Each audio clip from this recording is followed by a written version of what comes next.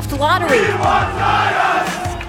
The #1 pick goes to the New Orleans Pelicans. Yeah, Zion to the Pelicans, that's a no-brainer. Whatever that team needs me to do, I'm going to be able to do it.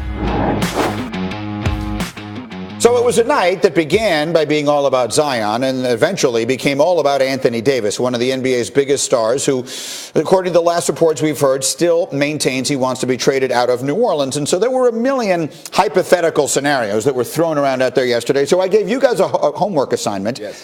I said, put together a hypothetical scenario for an AD trade that you could see happening that makes some sense to you. Sean, you go first. Okay, look, again, it's easy to say AD to New York. It's easy to say, I say AD comes to LA, but for the Clippers? Yes, the Clippers. All right, you trade Gallinari, he's got an expiring contract.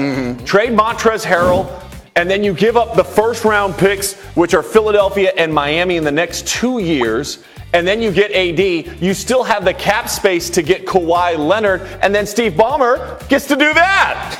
That is more Steve Ballmer doing that. It's great. And all of a sudden now you think about AD, Kawhi Leonard, and if my numbers are right, they might even still have room to bring in KD, and then you have Shai Gilgeous-Alexander as your playmaking point guard.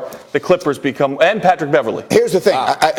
You like that? No. I know that you did a lot of work. Why don't you like it? Go ahead. I don't like it because New Orleans doesn't get enough players back, okay? In this situation, they have to get assets where they can move their organization forward. The 2 first-round picks. Yeah, but Miami's is going to be in the lottery. Yeah, but knowing David Griffin, he wants guys that can play. Okay, so this makes my situation even better. Go ahead. Let's go to yours. Sean, Let's go I to apologize. You know, you did a lot of work. I appreciate what you did. I was running numbers, too. He did. By the way, let me just say, Farnham yesterday was like, had people looking up guys' salaries and what will fit and what will not. You took this very seriously, which I appreciate. The salary cap has to be put into play there. And in 1 second, DJ said, that stinks. No, thanks, I appreciate it. You did. Hey, listen, buddy, you're my guy. Buddy, I can't wait to see what you've got. Give me a better one. What do you got? So here you go. You have New Orleans trading Anthony Davis and Solomon Hill. Right. Okay. David Griffin is want to get off of Solomon Hill's contract. In return, New Orleans get the number 4 pick, Lonzo Ball, Kyle Kuzma, and Brandon Ingram.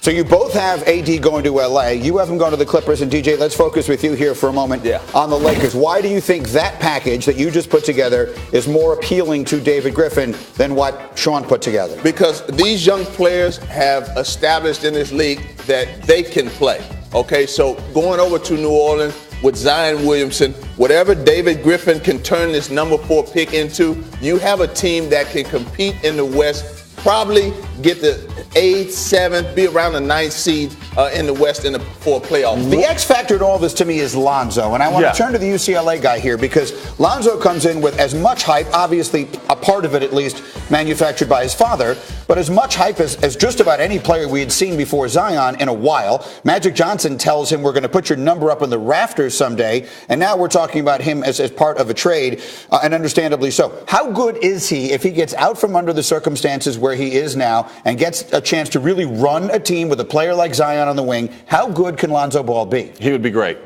He would be much, much better. He needs the ball in his hands. And with LeBron, you're not going to have the ball in your hands a whole lot. You also have to be patient with a point guard. There is no position that is more difficult to transition from the college ranks to the professional ranks than the point guard position, especially if you're 18, 19 years old. Because at that age, you're going against grown men who have grown man strength and have been in the game a lot longer and are just as athletic and stronger than you are. It takes time. Look at D'Angelo Russell's time in LA versus D'Angelo Russell's time with the Nets. Very different player. Yeah, so we'll see. Either way, it's fun. His deal is more realistic. It's fun to play these games. Yeah, look, and obviously AD wanting so badly to go to the Lakers. The other factor, and this is the Knicks, we'll see where it all winds up. Meanwhile, we get to Game 2 of the West tonight. Laura. A little more real than what you guys were talking about. Steph Curry been on an absolute tear since KD went down with a strained calf. In fact, he scored 69 points in his last 6 quarters. Our colleague Rachel Nichols sat down with him to talk about the run his team is on while they wait for KD to return. With our core, obviously, without K, we have to play differently, and we have to kind of highlight what everybody's strengths are and do it by committee. Nobody, it's weird to say, gave us a shot to said we shouldn't have won the Houston series or whatever the case is. So, again, confidence and trust in each other to be able to make that adjustment on the fly. And we'll do it again when KD gets back in terms of, the team that we want to be to win a championship. All right, so the Warriors might not be better without KD, but they sure are different. Golden State used only 3 ISOs in Game 1 against Portland, its fewest in any playoff game under Steve Kerr, according to Second Spectrum. And guys, yesterday, Greeny was trying to sell you guys on the fact that maybe the Warriors are better without Kevin Durant. Yeah. Anybody change their mind about how they felt about that in the meantime? No. Oh, okay. Absolutely not. But I'll say this because I got a lot of hate from Golden State Warriors fans yesterday saying I was a Golden State Warriors hater. I'm not a hater. I enjoy the way that they play basketball. They move it a lot. Draymond Green running the point guard. Steph Curry, Klay Thompson running off a screen, shooting threes. That's my game. You love the three. I love the three. So, guys, I like Golden State Warriors. I just feel my personal opinion is they can't win it all without Kevin Durant. All right, so you set the record straight, but at the end of the day, Portland's got to figure out something defensively, Sean, against Steph Curry tonight. Yeah, there's no doubt. And in particular, I mean, look, if you're Steve Curry, you're coming out and saying, okay, on ball screens, we're going to bring Looney up immediately. Whoever's our 5, we're going to elevate Cantor. Whoever's Cantor's guarding, that's who we're going to bring up. And let's see if they've made an adjustment. And I promise you that they had. The biggest key, I think, to it is people talk about Cantor and his lack of athleticism and able to stop maybe Steph Curry turning and getting downhill. The key is really just 1 or 2 dribbles.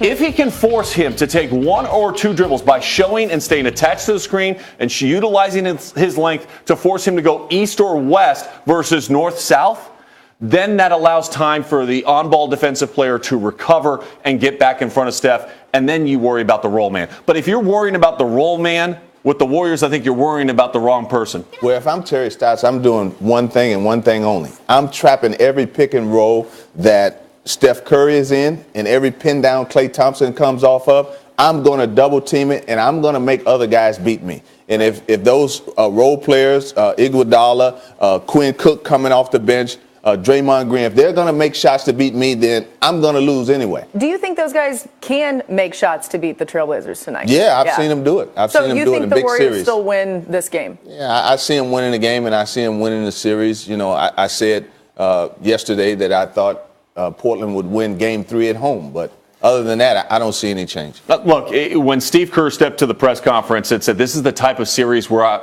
we've got to utilize our depth and we want to play 11 guys every game, what that's telling you is he has a lot of confidence in his team's ability to win this series, and he's thinking beyond that and thinking about timely rest for certain guys in the course of this series. You do wonder what Kevin Durant is thinking as he's watching Steph Curry and his team have a lot of success without him, but we'll see about all that. Golden State, of course, leading this series 1-0, and tonight on ESPN and ESPN Deportes, we have Game 2 of the Western Conference Finals for you from Oracle. It's 9 Eastern, 6 Pacific. Our coverage tips off at 8 with NBA Countdown, both, of course, streaming live on the ESPN app so you can watch from anywhere. Greeny, back to football. And the Browns, who are holding organized team activities this week, and while Odell Beckham Jr.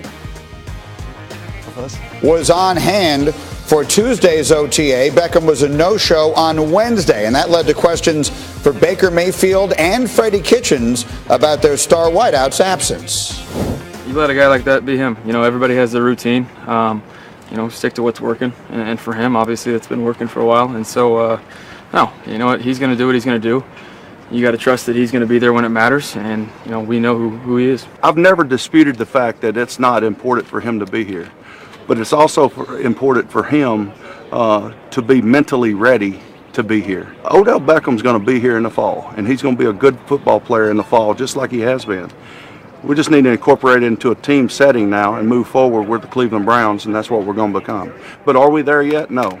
And whether Odell's here or not here, we're not going to be the Browns yet. We're going to be the Browns when we line up in September. Okay, so I'm not 100% sure I understood exactly what everybody just said. So I'll ask you, A, can you decipher it? And B, do you think it's a big deal that Odell is there one day, not there the next? No, not at all. I've been around plenty of guys that, because they're OTAs and because it's the offseason, sometimes you show up and sometimes you have other things, whether it's family stuff, personal stuff. I'm sure he has a busy schedule. The important things are this. When Freddie Kitchens says, like, Odell and I have communicated, we've had conversations, I know what his schedule looks like, that's okay. He's also saying we're not playing games. Basically what he says, we're not the Browns right now, we'll be the Browns in the fall. He's going, we're not playing games right now. This is not that big of a deal. I trust that he is going to be here in the fall. Also, when your quarterback goes like, it's great that Baker Mayfield goes, I want to let him be him. I have to let Odell be Odell. Baker said they're going to throw in the summertime. Everyone, this is a situation where you can make a mountain out of a molehill. Not that big a deal. He was there one day. He's not there the next day. Now, there's only 14 OTAs because of the new head coach, so you certainly want them there a ton. But if he misses a day here or there for some things and he communicates it, there's zero issue. I understand, and I agree with you completely in principle that to make a big deal out of this is to make a mountain out of a molehill. That said, you're talking about 14 days out of essentially a 5 or 6 month period of time. So I can hear people in the audience saying to you, what do you mean he has a busy schedule? I mean, what is it that has to happen on this day, on Wednesday, May 15th, that couldn't have happened on any other day in January, February, March, April, May, or June, because they don't have anything scheduled most of the time? Because there's so many things that top-notch athletes are pulled and asked to do this or that, or there's commitments that they have. Odell may have had a prior commitment to the Giants schedule in comparison to the Browns schedule. We just don't know. So it's not a big deal as long as he communicates. Well, I think we agree it's not a big deal. One way or another, coming up, the Stars were out in Milwaukee last night, and a very unlikely hero emerged. Jalen Rose with his take on this and all things NBA. Coming up.